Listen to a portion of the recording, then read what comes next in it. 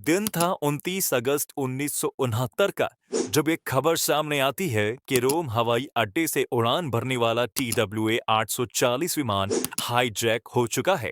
लेकिन उससे भी बड़ी खबर ये थी कि इस प्लेन को हाईजैक किसने किया। वो थी सफेद सूट और सनहैट पहने एक 25 वर्षीय फिलिस्तीन लड़की। ये खबर पूरी दुनिया में आग की तरह फैल चुकी थी और इसराइल ने इसकी जांच भी शुरू कर दी थी कि तभी कुछ महीनों बाद एक और खबर आई कि इजराइल के एक और प्लेन को हाईजैक करने की कोशिश की गई है। इस बार भी किसी महिला ने ही इसे अंजाम दिया था, पर वो पहले वाली लड़की से कुछ अलग दिखती थी। पर फिर भी उसका तरीका वही था जो पिछली हाईजैकिंग में यूज किया हुआ था। आखिर कौन थी वो महिलाएं जिन्होंने महज कुछ ही मिनटों में इजरायली विमान को हाईजैक कर लिया? अब लोगों के मन में एक नया सवाल ये भी था कि क्या ये कारनामा भी उसी औरत का था? फिलिस्तीन की पोस्टर गर्ल बनने वाली ये लड़की आखिर थी कौन? और क्या हुआ उस लड़की का? क्या वो जिंदा बची या मारी गई? ये जानने के लिए हमें जाना होगा इजराइल के जन्म से 4 साल पीछे। देखिए, ये है मिडिल ईस्ट, जिसका सबसे बड़ा देश है सऊदी अरब। सऊदी अरब के ऊपर के साइड यहाँ पड़ता है इजराइल, जो एक तरफ से पूरा समुद्र से घिरा हुआ है। इजराइल समुद्र सीमा के साथ साथ लीबिया की तरफ आगे बढ़ने पर एक ऐतिहासिक शहर आता है, हाइफा। और इसी शहर में एक सुंदर सी बच्ची का जन्म होता है। उसका नाम रखा गया लैला खालिद। हालांकि लैला के जन्म के समय ये इलाका फिलिस्तीन के नाम से जाना जाता था, पर उसके जन्म के महज 4 साल बाद ही ये जगह दो मुल्कों में बढ़ जाती है और शुरू हो गया दौर फिलिस्तीन और इजराइल के टकराव का।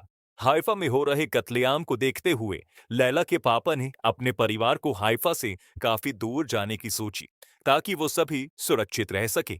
और 5 साल की उम्र में लैला अपने देश से दूर हो गई। अब लैला एक नए देश में जाके रहने लगी, जिसका नाम था लीबिया। लैला लीबिया तो चली गई थी, लेकिन उसकी यादें अभी भी हाइफा से जुड़ी हुई थी। इसीलिए सिर्फ 15 साल की उम्र में लैला ने यह ठान ली थी कि वो अपने देश को वापस आजाद कराएगी और शुरू हो गया दौर बगावत का। अपने इरादों को पूरा करने के लिए लैला ने PFLP यानी popular front for liberation of Palestine को ज्वाइन कर लिया। बेहद ही खूबसूरत दिखने वाली लैला अब भारी भरकम हथियार और मारकाट की ट्रेनिंग लेने लगी। उसका सिर्फ एक ही मकसद था, फिलिस्तीन की आजादी। और फिर वो दिन आया जिसके लिए उसे तैयार किया गया था। दरअसल PFLP ने प्लान किया था कि वो इसराइल के विमान को हाईजैक करके अपने साथियों को छुड़वाएंगे और इसराइल को दुनिया के सामने झुकाएंगे।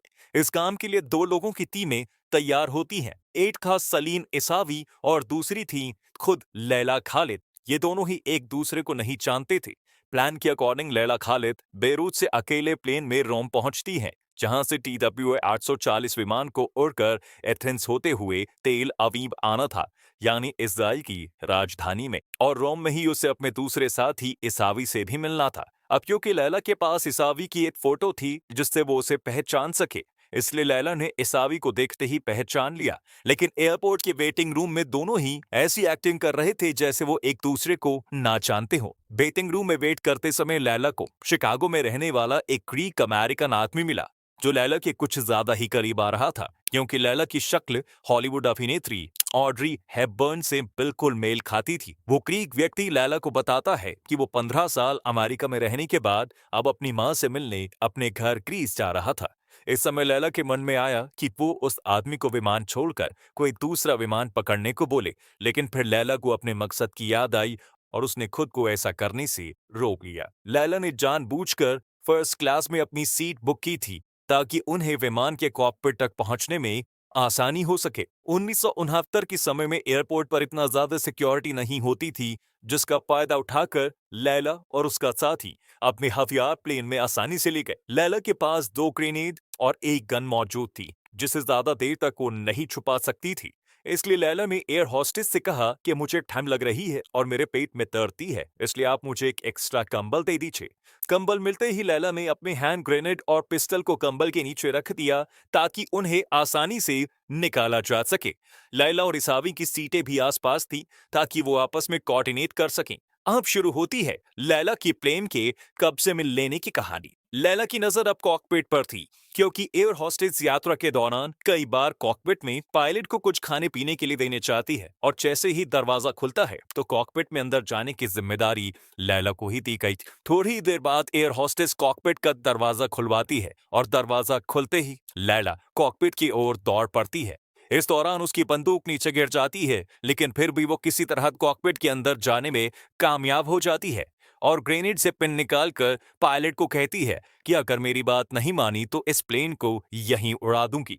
ये सुनते ही पायलट ने लैला की बात मानना शुरू कर दिया और लैला ने प्लेन को हाईजैक कर लिया। वहीं दूसरी ओर उसका साथी इजावी बाहर बैठे पैसेंजर को यह बताता है कि यह प्लेन हाईजैक हो गया है और सभी लोग इकोनॉमी क्लास में चले जाओ। शुरू में लैला ने पायलट को विमान को इजराइल के लोद हाईवे अड्डे से ले जाने के लिए कहा। इसे अब डेविड पेन गुरियों हवाई अड्डा कहा जाता है। यह सुनकर पायलट अचंभे में पड़ गया कि ये मुझे वापस इजराइल जाने के लिए ही क्यों कह रही है, लेकिन लैला के मन में क्या चल रहा था ये कोई नहीं जानता था। जैसे ही विमान ने इजरायली क्षेत्र में प्रवेश किया, 3 इजरायली मिराज विमान उसके दोनों तरफ उड़ने लगे। इससे विमान में बैठे यात्रियों में दहशत फैल गई। उन्हें लगा कि इजरायली विमान उनके विमान को मार गिराएंगे, लेकिन फिर तुरंत ही लैला ने पायलट को विमान हाइफा होते हुए दमिश्क की तरफ ले जाने के लिए कहा। हाइफा शहर के ऊपर आते ही लैला थोड़ी भावुक हो गई और कहने लगी, ये है मेरा जन्म स्थान। फिर अपने आंसू पोंछे और शांत हो गई। दमिश्क हवाई अड्डे पर उतरने के बाद इसावी ने कॉकपिट में विस्फोटक लगाए और यात्रियों को विमान से उतरने को कह दिया, जिसके बाद उस विमान को उड़ा दिया। उसकी नजर में फिलिस्तीनी लोगों की तरफ दुनिया का ध्यान खींचने का यह सबसे कारगर तरीका था। अब लैला खालिद अरब दुनिया की एक नायिका और पोस्टर गर्ल बन चुकी थी।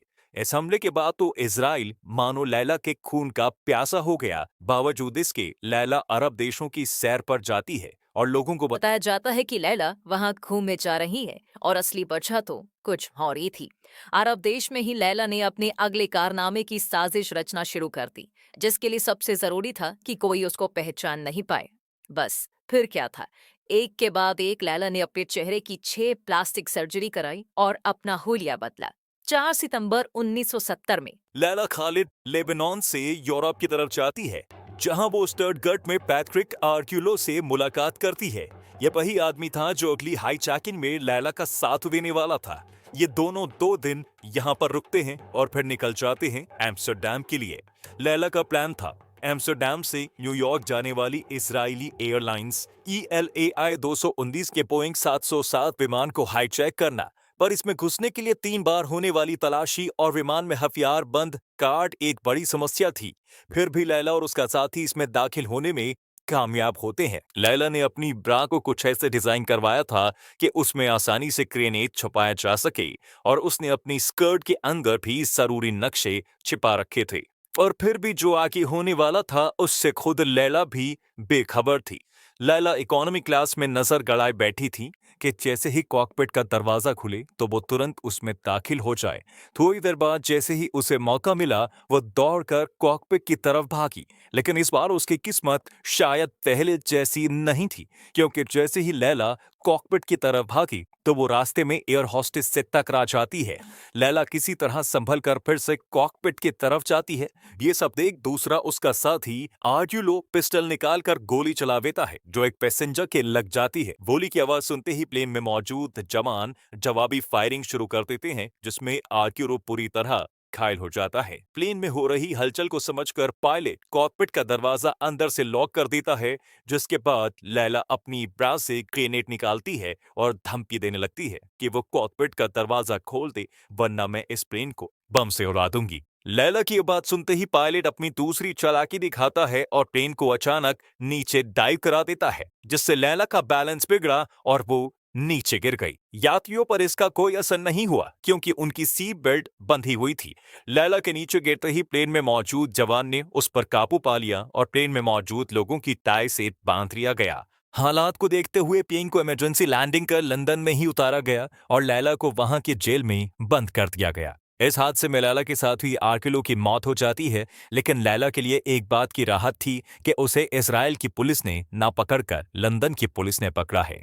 ऐसा हम क्यों कह रहे हैं, ये आपको आगे पता लगेगा। असल में उस समय लैला का इतना अधिक प्रभाव था कि उसे जेल में हर सुख सुविधा दी गई, चाहे न्यूज़पेपर हो या टेबल टेनिस खेलना हो। यहाँ तो कि लैला को नहाने के लिए स्टेशन चीफ का बाथरूम दिया गया था और उसे रोजाना 6 रॉथमैन सिगरेट भी दी जाती है। इसके बाद फिर एक दिन खबर आती है कि 9 सितंबर को बहरीन से लंदन आ रहे ब्रिटिश एयर के विमान को हाईजैक कर जॉर्डन में डॉसन फील्ड में ले जाया गया और बदले में मांग की गई लैला खालिद की रिहाई की।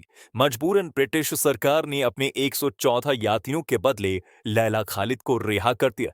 24 दिनों बाद ब्रिटिश जेल में रहने के बाद एक बार फिर से लैला अपनी दुनिया में वापस लौट आई थी। आज लैला खालिद अम्मान में रह रही है और वहां उसने एक डॉक्टर फयाज रशीद हिलाल से शादी की है, जिनसे उनके 2 बच्चे हैं, बदर और बशर। लैला पर कई किताबें लिखी गईं और फिल्में भी बनी। 77 वर्षीय लैला को देखकर अब ये कोई नहीं बोल सकता कि ये वही लैला खालिद है जो एक जमाने में हाथ में AK-47 लिए फिलिस्तीन संघर्ष की सबसे बड़ी पोस्टर गर्ल थी। तो ये थी कहानी लैला खालिद की। ऐसी ही और भी मजेदार और रोचक कहानी किस्सों के लिए सब्सक्राइब करें हमारे चैनल और कमेंट करके ये जरूर बताएं कि आपको ये कहानी कैसी लगी।